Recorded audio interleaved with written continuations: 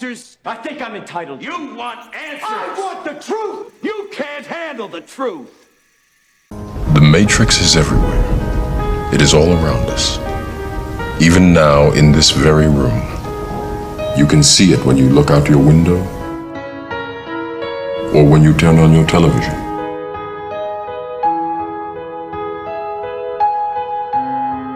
You can feel it when you go to work.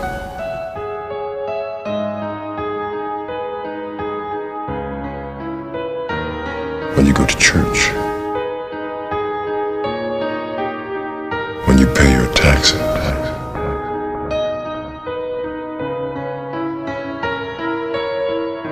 It is the world that has been pulled over your eyes to blind you from the truth. You stay in Wonderland, and I show you how deep the rabbit hole goes.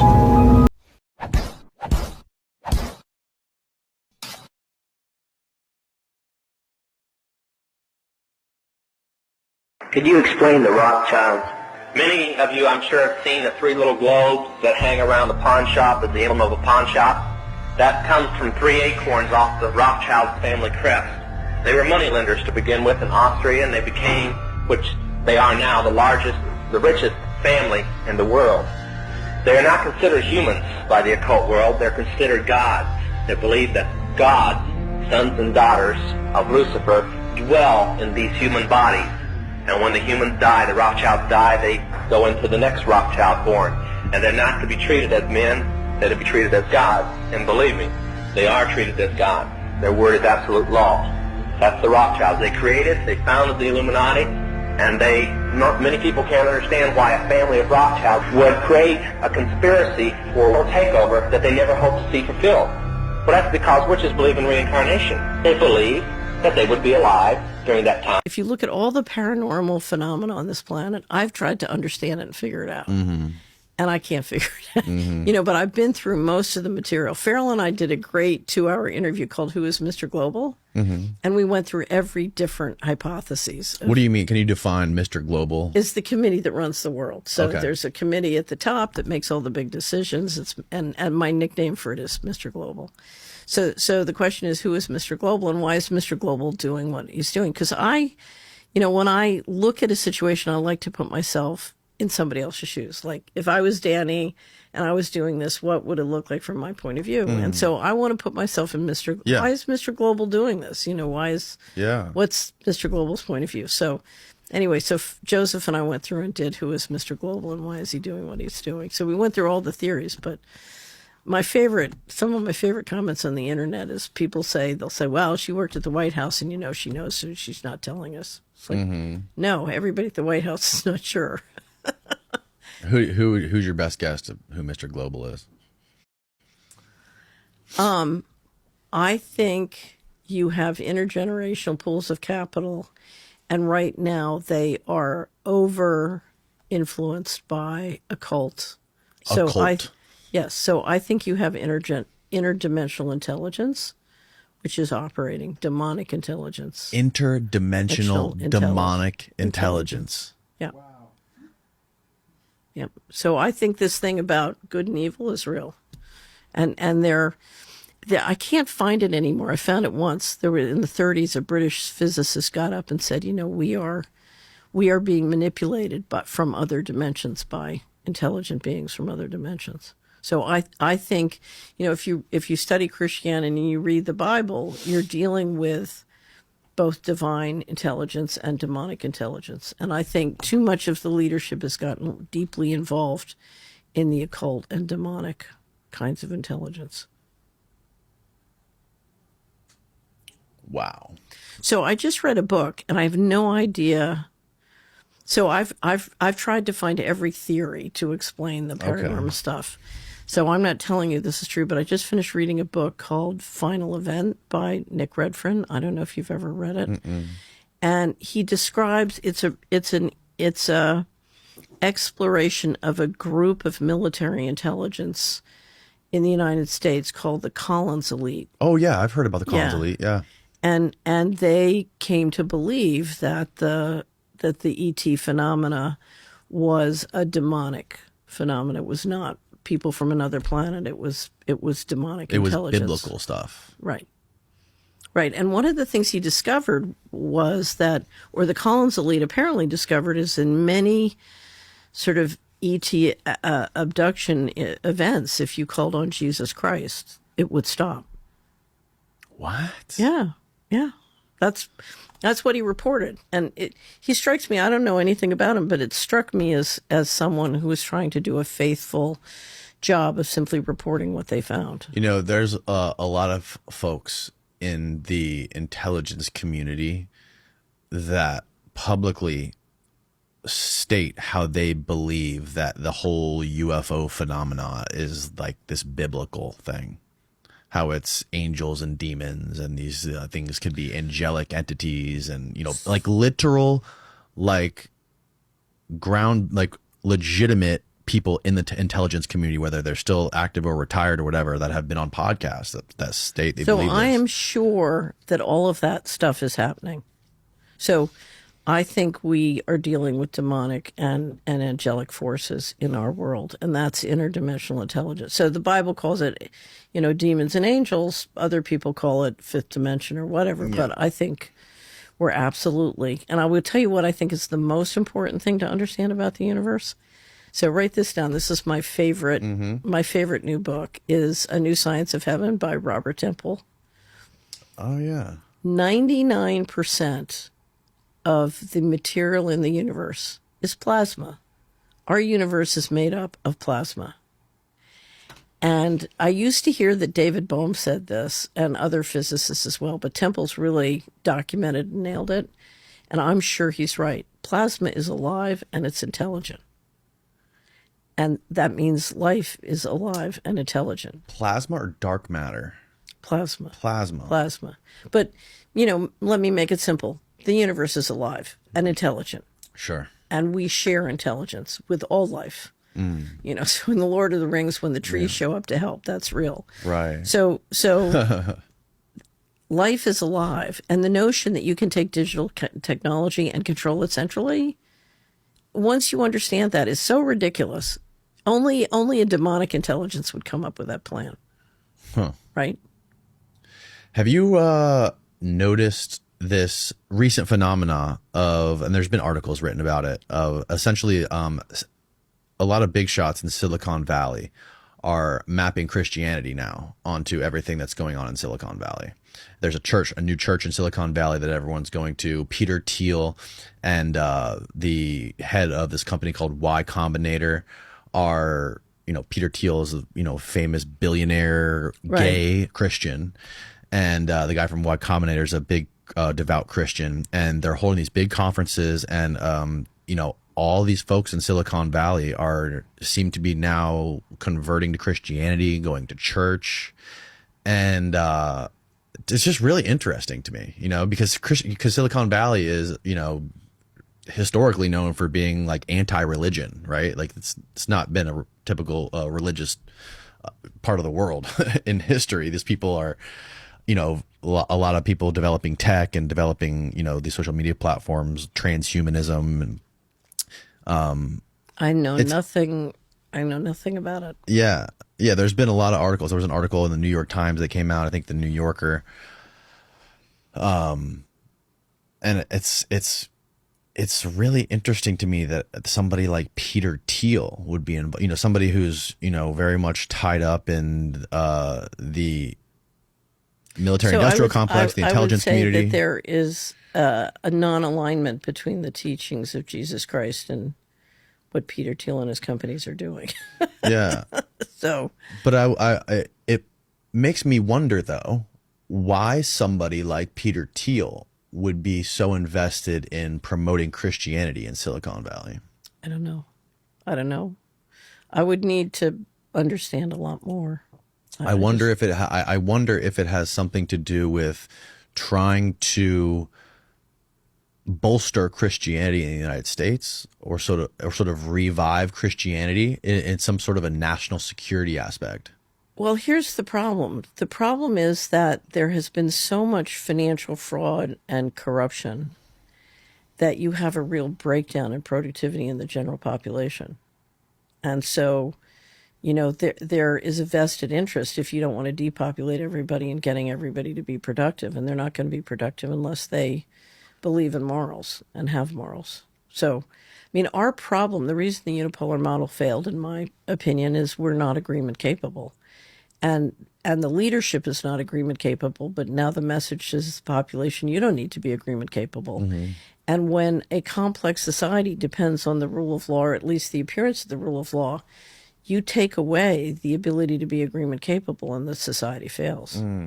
Why is it that every time someone... Saying you, I'm not here to sell you anything. I'm here to say out loud what everybody already feels and is too afraid to name.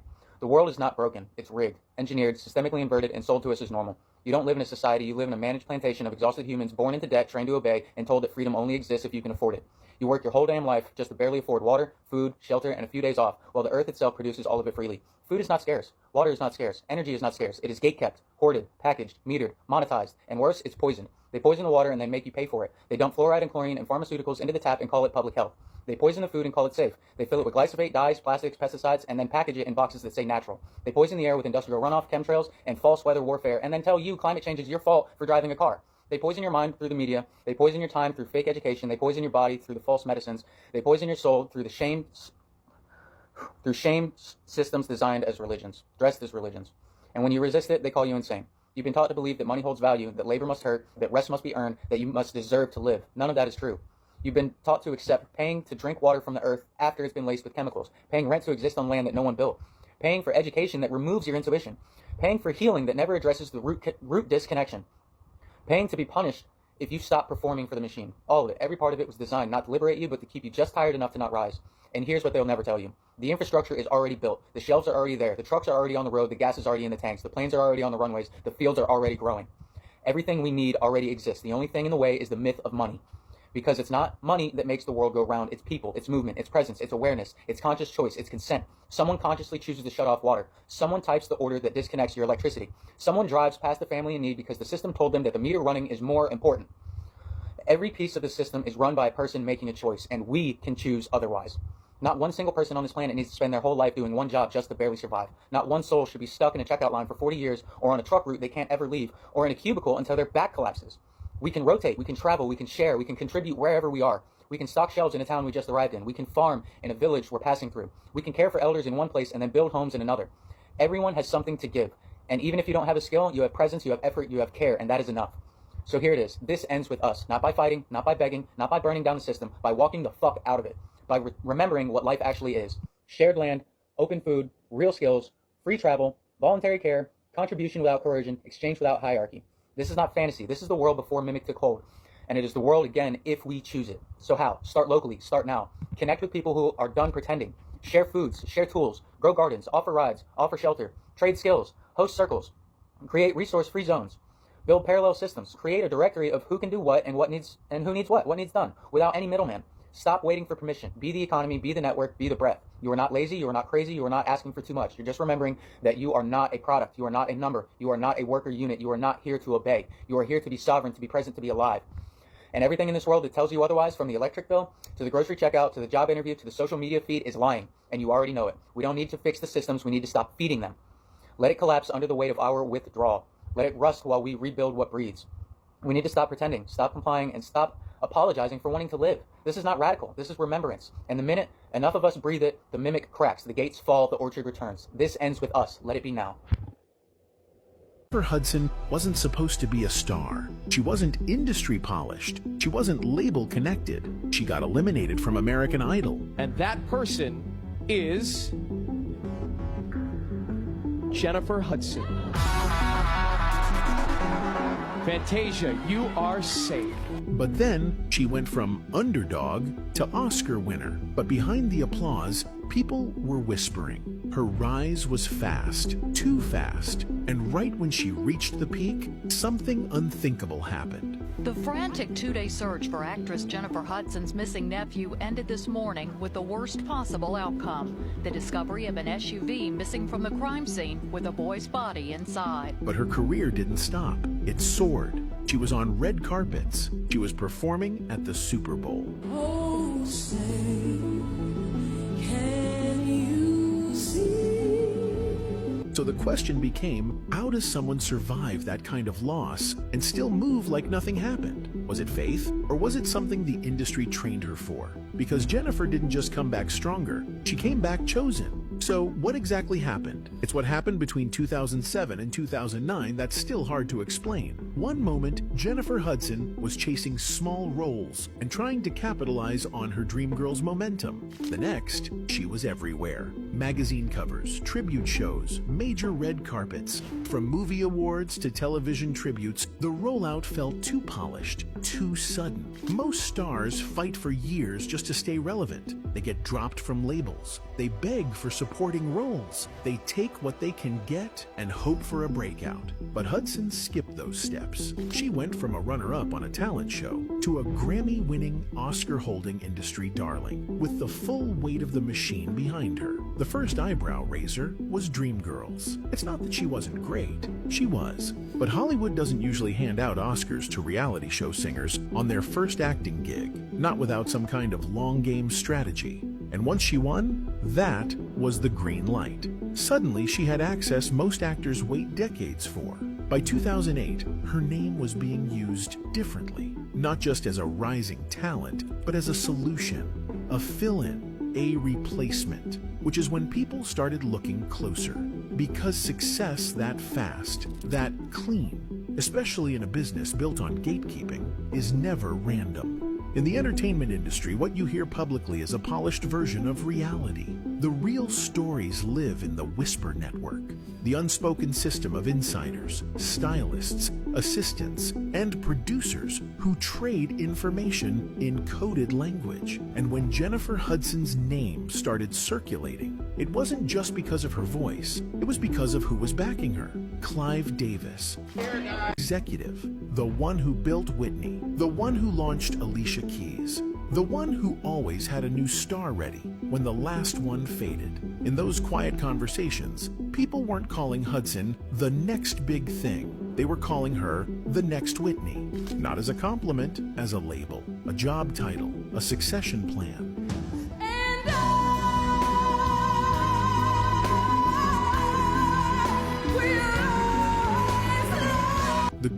Wasn't subtle either.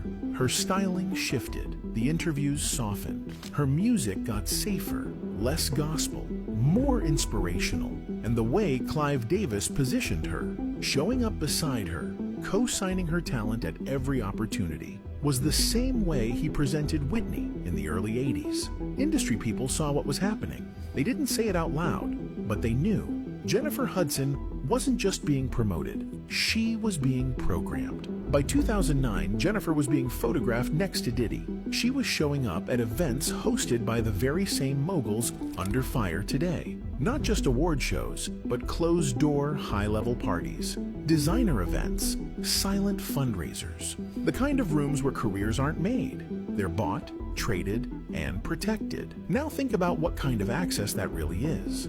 Most grieving artists disappear. They take time off. They fall out of rotation. But Jennifer was inserted into high society almost immediately after one of the most traumatic events imaginable. No delay, no visible breakdown, just a carefully managed return. Even her fans started to question it. How did someone so fresh off of tragedy return so clean, so focused, so manufactured? This isn't a judgment of her strength. This is about the optics, and how those optics were being shaped by people who've since been accused of shaping a lot more than careers. When your circle includes Clive Davis and Sean Combs, the nature of your rise deserves scrutiny, because those are men known for two things: building stars and burying secrets. Hollywood doesn't wait for its icons to fade. It replaces them before the headlines hit. When Whitney Houston started unraveling publicly, Clive Davis didn't try to fix her image. He focused on her replacement, someone who could sing like her, someone with a backstory the public could get behind, someone he could control. That someone was Jennifer Hudson. The shift didn't happen overnight, but it didn't take long. And if you go back and watch the media coverage from 2008 through 2010, you'll see it clear as day. Articles talking about Hudson carrying the torch, critics praising her as the voice of her generation, executives hailing her as the new face of soul. But here's what gets lost in that praise. Nobody just becomes the new face of anything. Not without a machine behind them. Not without contracts, NDAs, handlers, stylists, and publicists running point on every word spoken and every note sung. It's not a conspiracy. It's a business model. You need a face. You find one. And they just start making stuff up. Yeah. Like that Neil Armstrong guy. Have you seen him on the talk shows? Neil Armstrong, you mean the first man to walk on the moon? Talk about a fish story. Yeah. Man, and they're buying it. Oh, yeah.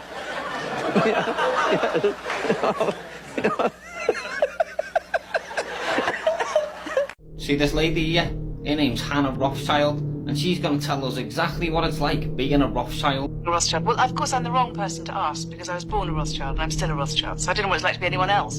So, Don't be so modest, Hannah. Tell us the truth. We can handle it. where the name has a kind of pulling power, and the name sometimes gets a second take.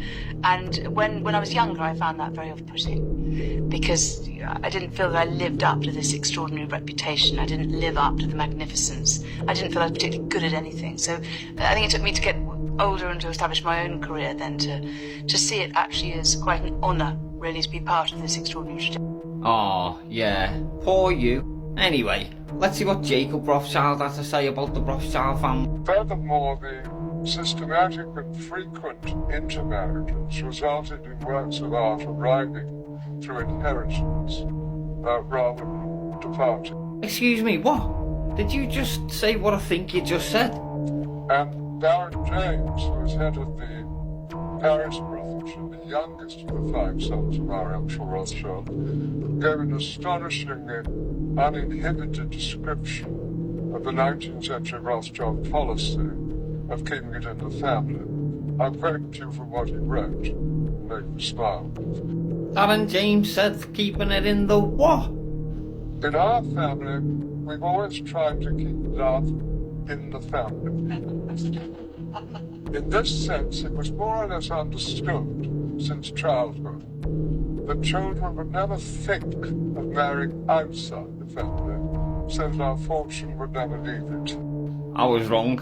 I can't handle it at all. I can't handle any of it. What do you guys think about all this? And don't forget, it's just for entertainment purposes only. Obviously TikTok. Oh, and if you're not following me yet, you flipping should be. Like this video as well, and then come onto my profile and tap this notification bell at the top of you and click all, so you don't miss none of my future posts. Didn't I tell y'all when y'all see this face that I'm about to drop a truth bomb on your Olstein?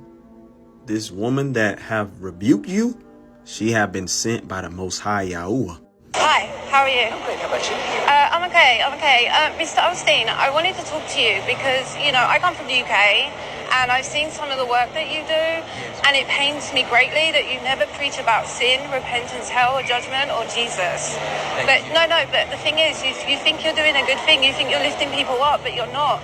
Because, people have to come to the end of themselves to recognize their sin, to recognize their need for a savior, to understand that the wrath of God is on them apart from Jesus Christ. God is angry with the wicked every day. And so what you're doing is you're deceiving people from hearing the truth, Mr. Olstein. I don't believe that. But it doesn't matter what you believe. Satan offered Jesus the kingdoms of the world, and Jesus says where your heart is, there your treasure will be. Friendship with the world is enmity with God. Do you know that? I'm bringing people to Christ. No, you're not, though. That's the thing. You're pushing them away. You're getting them focusing on themselves. This man is deceiving you. He is. He's actually deceiving you. He's preaching a false gospel message. He's not preaching sin. He's not preaching hell. He's not preaching judgment. He's not preaching Jesus. You're being robbed of a real spiritual relationship with Jesus Christ. It's not repeat a sinner's prayer. You have to repent and believe the gospel. You have to be born again of God's Spirit. Jesus Christ is the only way of salvation. Friendship with the world is enmity with God. What this man is teaching you is to focus on yourselves. Jesus did not come to give you your best life now. He came to set sinners free because the wrath of God is on you. The Bible says that God is angry with the wicked every single day. He is a wolf in sheep's clothing, and you are being deceived. You need to repent. You need to believe the gospel. You need to believe that Jesus Christ is God in human flesh, and that he died for your sin, was buried and raised on the third day. I'm leaving.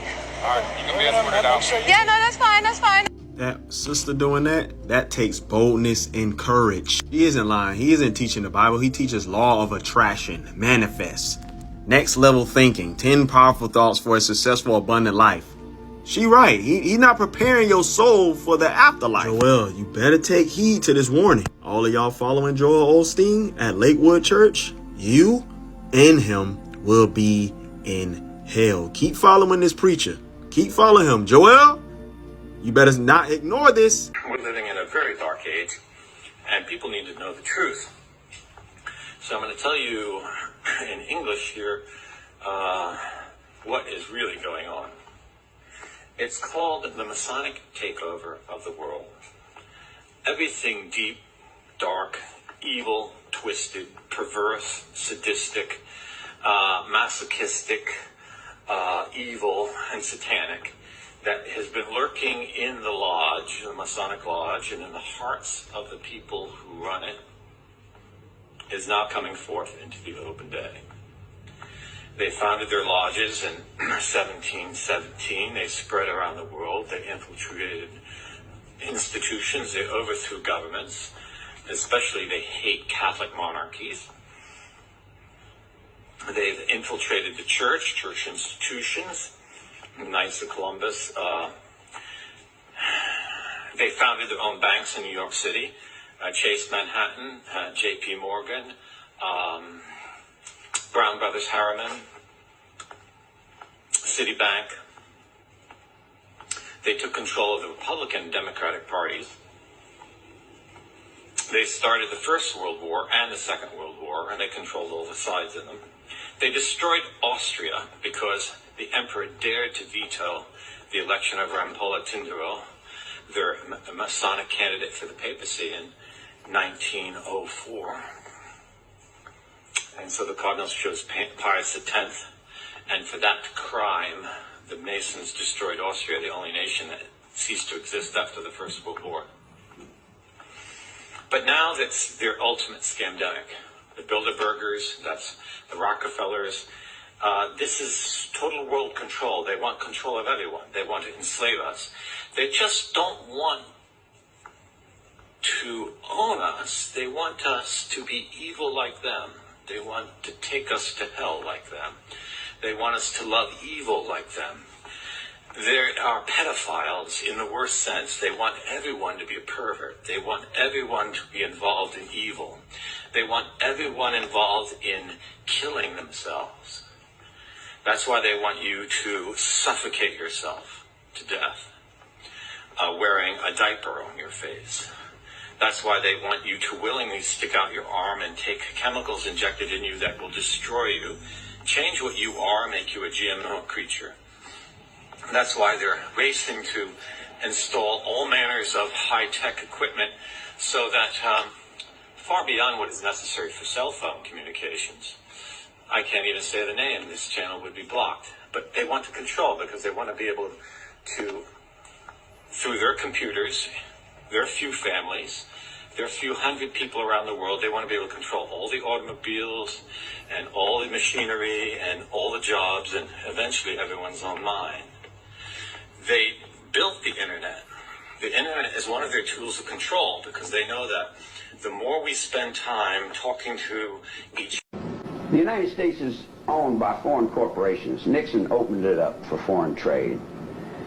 And when Nixon opened up for foreign trade, the people of Europe and the common market and Spain and different places, they don't care about the United States forest.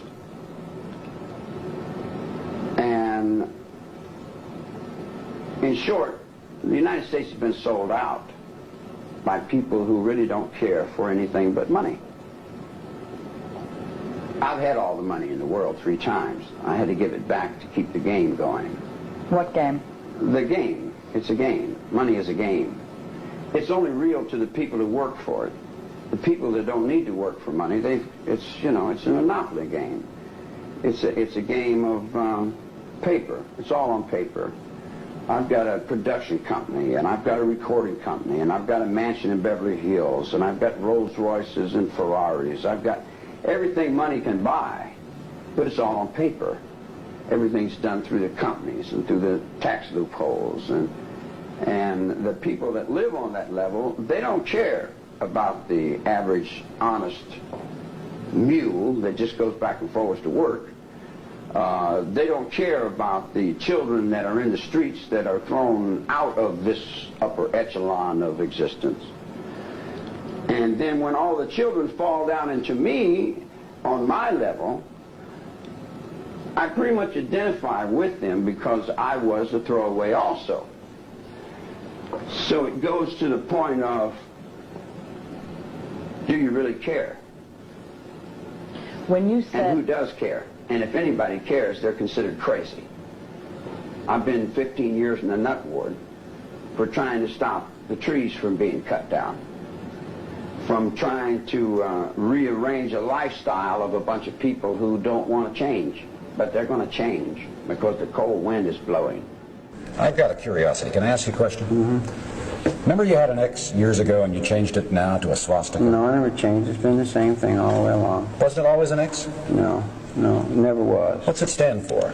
It stands for whatever I mean it to stand for, and whatever I make it stand for, and whatever I want it to stand for. But you didn't one time say you were Xing yourself out? No, that was your newspapers that gave you that. What does it stand for you? It stands for many things. It would take 2 or 3 weeks to explain all the things that I've built. Can you give me an example? In the image. Certainly, I can give you an example of the United States flag of America. The swastika?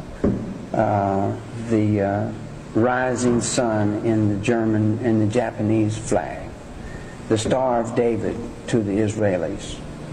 The